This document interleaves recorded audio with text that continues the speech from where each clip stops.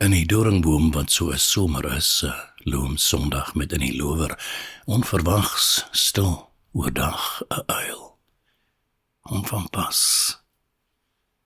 Stip sit hy daar en staar op die dag wat was. Stadig kom die seun met die windbuks nader, dag aan oor kwikkies, swawels, duwe, sy vader se verbod.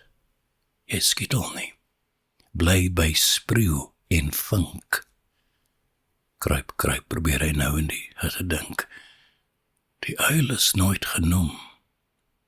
Is die uil ook verbode, nes die ander voels wat hy om den dode smiddaans nooit mag jag, nou op hierdie dag. Boonop op 'n dag dat skiet verbode is, sit op wag die vreemde ding, die stip, die staar, die gril, onvanpas in helder dag. Die seun wil hom eers verjaag, maar bang dat die uil snags om die huis gaan hang met voorbodes en tyding van klousere, bloedwurm van lyding. Neem hy dit op hom, sy hart hamer nes 'n trom. Wat doen die ding hier? Sy oë geel.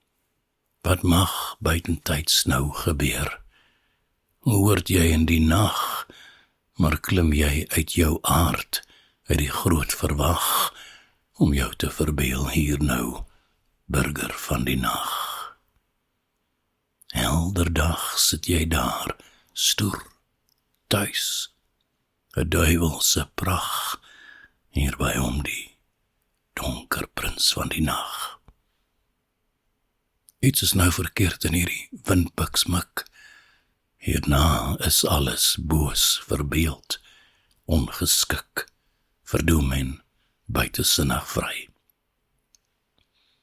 Hy kniel, een knie op klippers, moet mik voor die ding skrik wegvlie. Oor die seun se een oog melkerig nes 'n maan, 'n skil, 'n parel, niemand weet waar vandaan. Hy wil wys dat hy ondanks die dooie oog tog kan skiet. Hy hou asem op, mik hoog. Die uil stort slordig, doef in die krie, spartel, spook, dink aan vlie.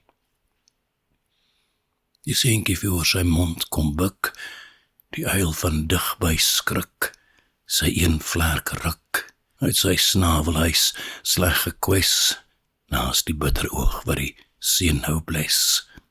Drup, bloed, iets geel hy, korrel sy oog, woedend op die jagter se oog.